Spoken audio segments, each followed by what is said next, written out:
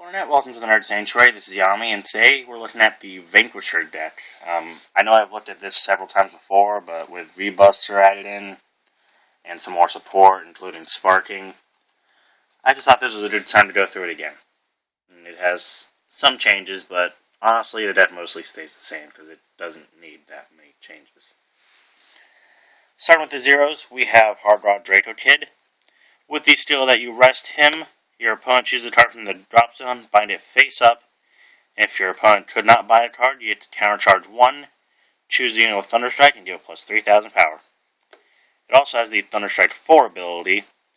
Counterblast 1, put this card into your soul, choose one of your units, it gets plus 3,000 until the end of your turn. Your opponent chooses one of their rear guards, retires it, and binds it face up. Very good, it's very good for getting cards in the bind zone early on, so that you can get some of your more powerful Thunder Strikes, like your 5s, your 7s, which you definitely want in this deck. Moving on, we have 4 of Lightning of Triumphant Return Resif, and he is the standard specific critical towards the grade 3. With the skill, put him in the soul when your Vanguard attacks. If it's a Vanquisher, do that and draw a card, choose a Vanguard, and it gets plus 5,000 power. Very good. Helps, add cards to the hand, which you kind of want in this deck. This deck has new cards that helps with that too, so it's always good. Moving on, I got 4 more criticals. It doesn't really matter which you choose, but I chose Malevolent Jinn because it goes in the soul for a plus 3,000. So just something to beef up power even more if needed. I have 4 heal triggers. If you want to use Meditate Draco Kid, you can. I just haven't been able to get one, and I'm not really sure what I'd replace for it. But ending out the zeros, I have 4 of the Dragon Dancer Vianney. With the Generation Break 1 skill, when your opponent's radar is put into the drop zone, put this card on the top of your deck. Shuffle your deck, draw a card, and turn one of your damage face up. It's very good. It's the only reason to ever run a Stand Trader in an Narconomy deck. But moving on to the grade 1s. I have 4 of the Summon Lightning Dancing Princess Anastasia. It is the newest of the perfect cards for the Narconomy clan. It has the basic Sentinel skill, place on Guardian Circle to choose a unit that's being attacked and it can't be hit. But it also has the Thunderstrike 4 that when this unit's retired from the Guardian Circle, draw a card. So that is very good. Helps get out more hand strength for calling, guarding, whatever you want. And then we have 4 of the Mighty Bolt Dragoon. It is the Stride Fodder, very basic. It counts as a grade 3 when used to pay for Stride. And choose a grade 3 and reveal from your hand to search for a Vanquisher, add it to the hand, choose a card from your hand, and put it in the drop zone. Basic, really don't need to describe Stride Fodders, but I figured might as well. Moving on, I have 3 of the Training Monk Dragon, with the Thunderstrike 1 skill, that when this unit attacks a Vanguard, it gets plus 2,000 until the end of the battle. And the Generation Break 1 skill, that put this unit into your soul, choose a Vanquisher, and until the end of the turn, it gets the ability that when this unit attacks a Vanguard, choose an opponent's rear guard, and this unit battles both the Vanguard and the unit on the rear guard. It's pretty good. Definitely something useful for a Vanquisher deck. And rounding out the grade 1s, we have 3 of the Chain Bolt Dragoon, and it has the once per turn Generation Break 1 skill, that when an opponent's rear guard is put in the drop zone due to one of your effects, if you have a grade 3 or greater Vanquisher Vanguard, choose a card from your opponent chooses a card from their drop zone, bind it face up, and if a card was bound, choose up to one of your other units, and it gets plus 2,000 until the end of the turn. I've used this deck a few times already, and it is so much fun seeing how powerful your attacks can get, and just completely overwhelming your opponent. Although with the reboot changing everything to a 10k shield, getting that overpowerness will be difficult.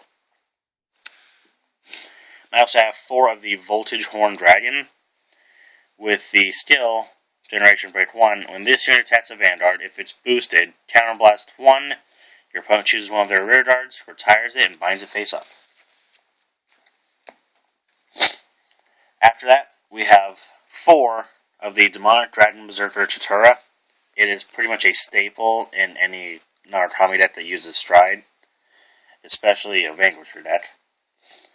It does have the effect that it can't attack a rear guard, but during your turn, this unit does get plus 3,000 and the skill that when its attack hits, Counterblast 1, draw a card, choose a card from your opponent's drop zone, and bind it face up. A lot of this deck is about binding to get the higher level Thunder Strikes to give better effects. But ending out the grade 2s, I have 3 of the Circular Blade of Strong Lightning Grizel. And this card is where most of your grade 2 power comes from. It has a skill that when it's attacked, or when it's chosen by the effect of an opponent's card, your opponent chooses a card from their drop zone, bind it face up. So even if this card leaves the field, it takes something with it. It also has the Thunderstrike 5 ability, that during your turn, this unit gets plus 9,000 power, it's doubling its attack.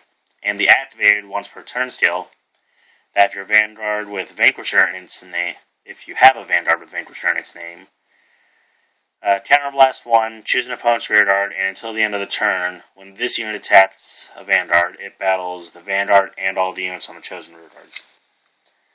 So this is really good. It helps clear the field. It's at an 8,000 or an 18,000 base if you reach the Thunder Strike, which with Hard Rod, Chitauri, and some of your other stuff, it should not take too long to reach that 5-card base.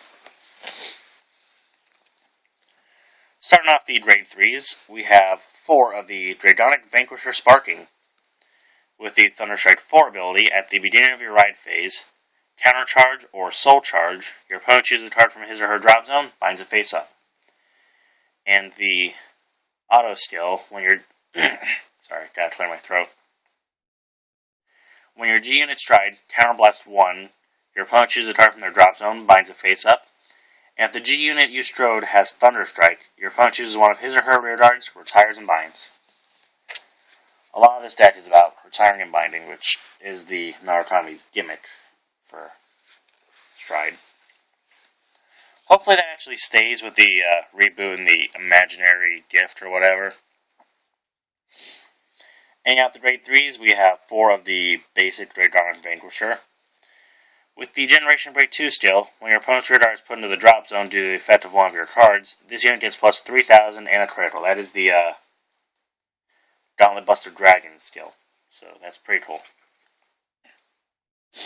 He also has the skill that when your G unit strides, Counterblast 1, your opponent chooses you choose one of your opponent's rear guards in the front row, retire and bind. That's it for the main deck. Now let's move on to the G zone. I run 2 of the Conquering Supreme Dragon Dragonic Vanquisher VMAX with the Thunderstrike 5 skill, Counterblast, and it's also a Generation Break 3. At the end of the battle, if this unit attacked a Vanguard, if your opponent has no rear guards, Counterblast 2, deal 1 damage to your opponent. And he also has the skill that when he attacks a Vanguard, choose an opponent's rear guard for each face-up Vanquisher in your G-Zone, and this unit battles both the Vanguard and those units. So this is very good for, like, your closing move. Like after you've already strode a few times. After that, I have 4 of the Conquering Supreme Dragon Dragonic Vanquisher V-Buster. And he has the once per turn skill that, Soul Blast 1, choose a face-down V-Buster, and turn face up, and your opponent chooses 1 card each from their rear guard and their drop zone, bind them face up, and if the number of your rear guards is greater than your opponent's, choose 3 units and they get plus 3,000. He also has the Thunderstrike 7 skill that all front row gain plus 5,000, and this unit gets a critical and a drive. This card is actually really good. That can be used early game or late game, depending on like how much damage you want to do, but either way it'll do a good amount of damage. After that, we have 4 of the Conquering Supreme Dragon Dragonic Vanquisher. I got my tongue tied a little bit. I have 4 of the Conquering Supreme Dragon Dragonic Vanquisher Voltage. I have the 2 different arts for it because I like the variety of it. But he has the skill, the once per turn skill. Choose a face down card with the same name from your G-Zone, turn face up.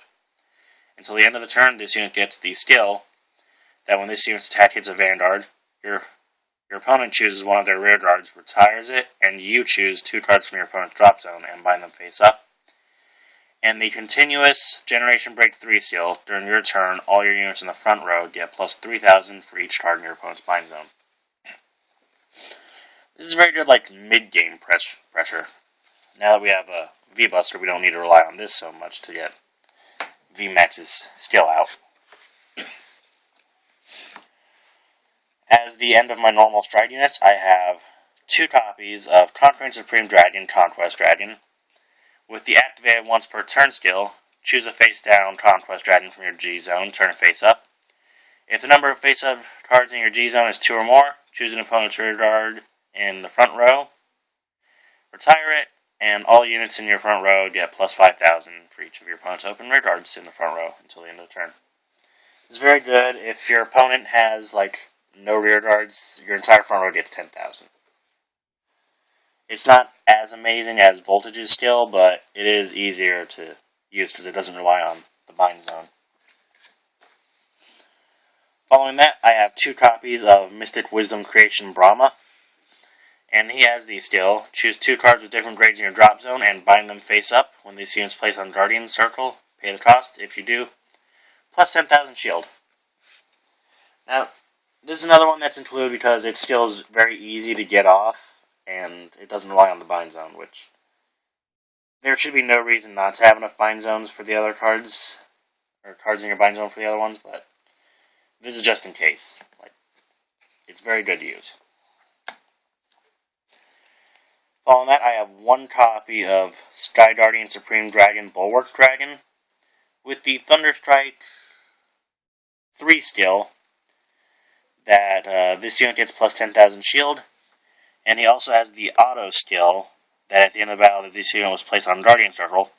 For every 4 cards in your opponent's bind zone, choose a rested rear guard in your opponent's front row and retire it. It's pretty good. It's definitely like a mid to late game. You want to make sure you have what you need for it. Like, if you want to retire both of your opponent's front row, you need like 8 cards in the bind zone. That's kind of hard to do, but it is doable. And ending out this deck, I have 1 copy of Lightning King Spirit Emperor Vritra. And he just has a basic Thunderstrike 1 plus 5,000 shield. Just for, like, maybe that first guard you have to do, I don't know. He's just there to round it out. Alright guys, that's all I got for this video. If you like to see, like, comment, subscribe. Let me know your favorite clan or sub-clan in the comments below. I would love to hear it. And until next time, this has been Yami, and I'll see you guys later.